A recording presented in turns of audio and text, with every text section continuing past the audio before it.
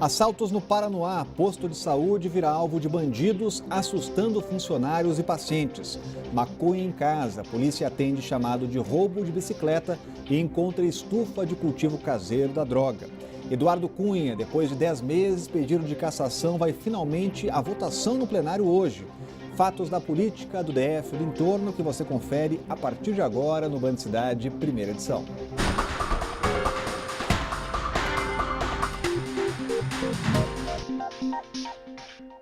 Olá, muito boa tarde a você. Olha, como se não bastasse a crise na saúde pública, pacientes e funcionários do posto do Paranoá andam em pânico com os frequentes assaltos. Do início do ano para cá, já foram 4 casos. Os bandidos agem, na maioria das vezes, durante a noite. Há 3 anos, esse é o ponto de trabalho da dona Dioclésia, na frente do Centro de Saúde 1 do Paranoá. Um local que deveria ser considerado seguro para trabalhar. Deveria. Dá muito aqui, esses privetes aí, chegar aqui, ó, a pessoa não tiver bem atenta, eles levam tudo da pessoa. A senhora se sente como? Se sente ameaçada e com medo.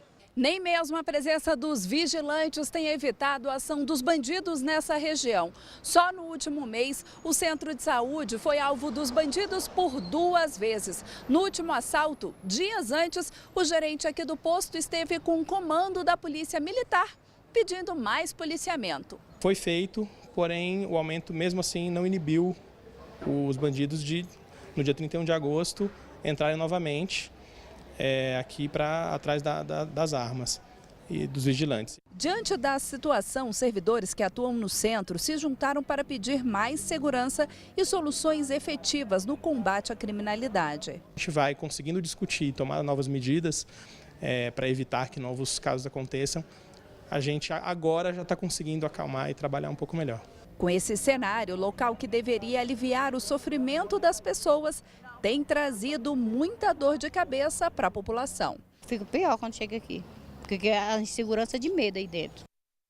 Em nota, a Polícia Militar disse que vem reforçando o policiamento no Paranoá desde o início do ano. O balão que fica próximo ao posto de saúde sempre conta com uma viatura 24 horas. A corporação informou ainda que tem realizado constantes operações na região.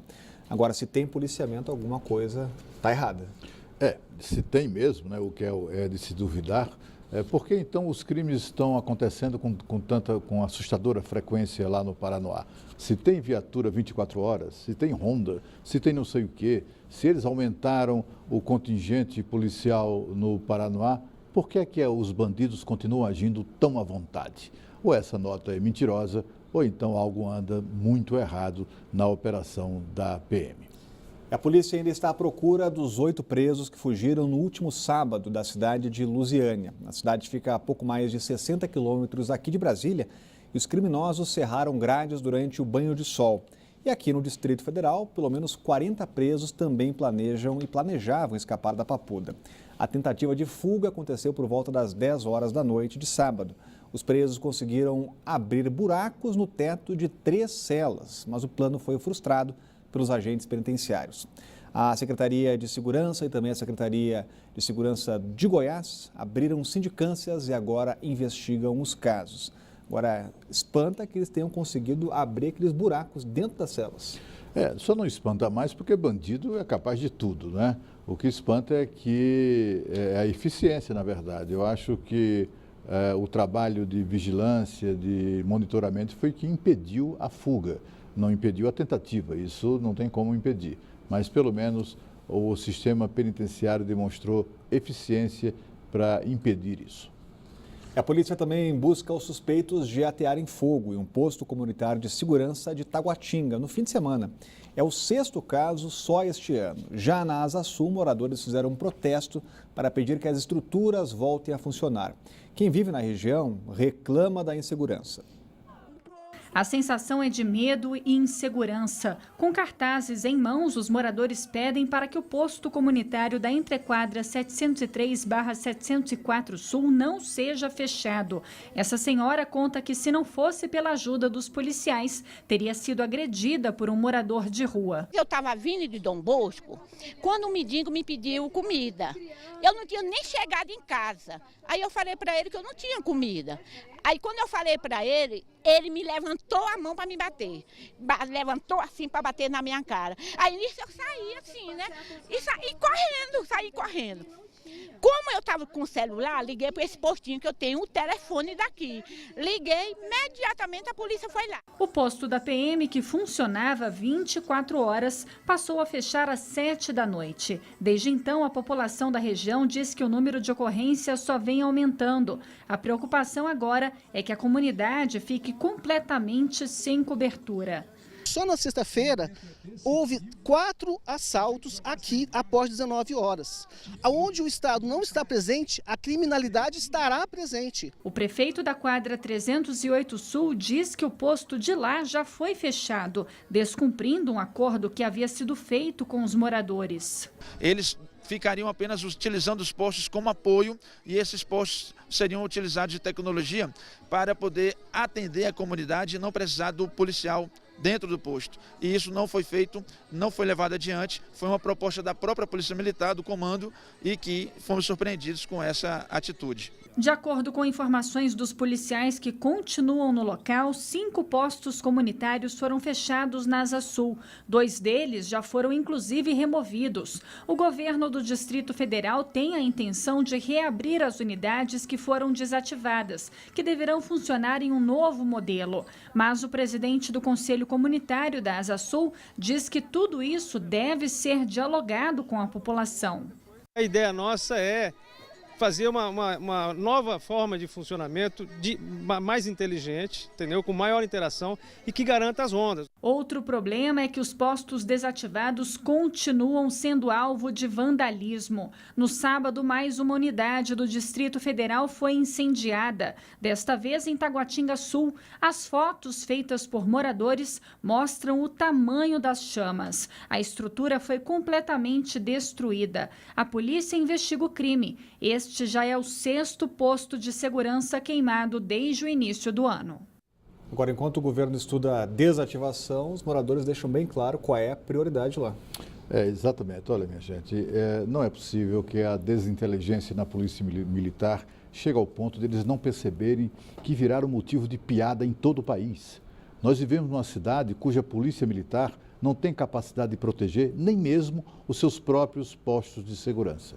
Tiraram do nosso bolso quase 40 milhões de reais para construir e instalar dezenas de postos de segurança, isso desde o governo de José Roberto Arruda. Desde então, a Polícia Militar jamais escondeu a má vontade com relação a isso, porque os obrigava a estar lá, os obrigava a proteger a população presencialmente. Eles sempre adoraram essa história de fazer rondas, de observar a criminalidade avançando através das janelas das suas vistosas viaturas, enquanto as pessoas eram alvo de violência. E foi assim.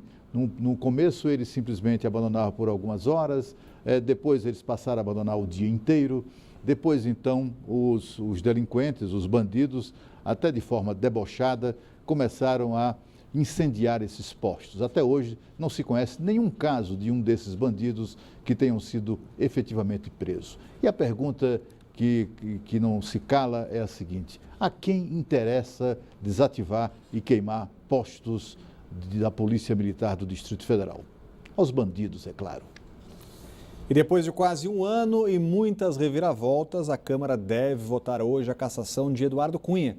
Vamos saber o passo a passo da sessão desta noite ao vivo com a Renata Dourado, já está com a gente aqui. Muito boa tarde, Renata. A grande pergunta é, será que dessa vez vai mesmo? Poderíamos ter novos adiamentos?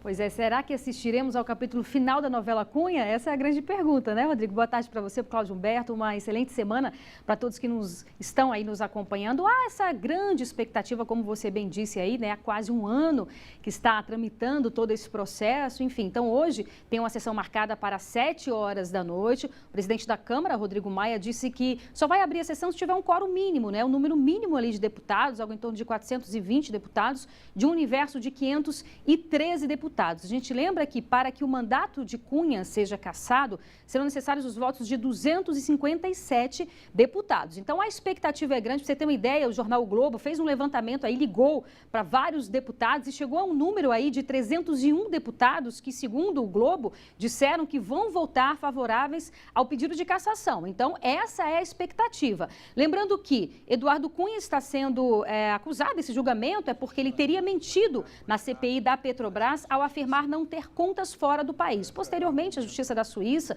o Ministério Público, enviou para o Brasil uma vasta documentação com o passaporte de Cunha, assinatura dele em papéis, né, comprovando a existência dessas contas, e ele disse que, olha, as contas existem, mas não estão no meu nome, portanto, eu não menti. Eu sou beneficiário, sou usufrutuário, mas não estando no meu nome, não houve mentira.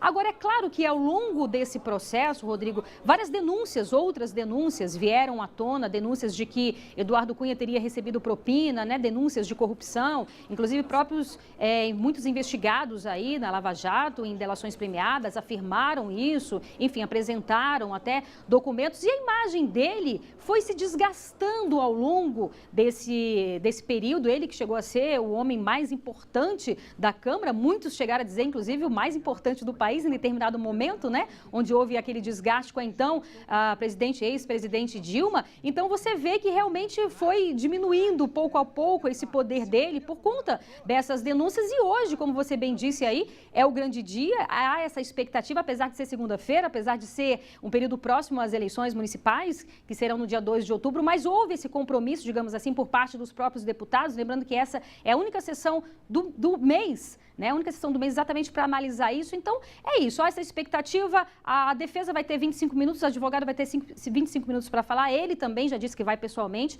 vai falar por um período aí de 25 minutos. Acusação 25 minutos, cada deputado inscrito vai ter até 5 minutos para falar. Então, a sessão deve ser uma sessão longa. Agora, a gente lembra que a votação vai ser nominal. Então, a população, que certamente vai estar de olho, vai verificar ali como cada deputado vai votar. E perto de eleições municipais, isso certamente vai contabilizar e muito. Então, esses deputados também estão levando essa questão em consideração, porque, como a gente disse, houve todo um desgaste da imagem dele, a população acompanhou, a sociedade acompanhou, e todos certamente estarão atentos hoje, né, Rodrigo? Obrigado, Renata. Acompanhando todos os detalhes. Cláudio Humberto, chegou o momento de virar essa página?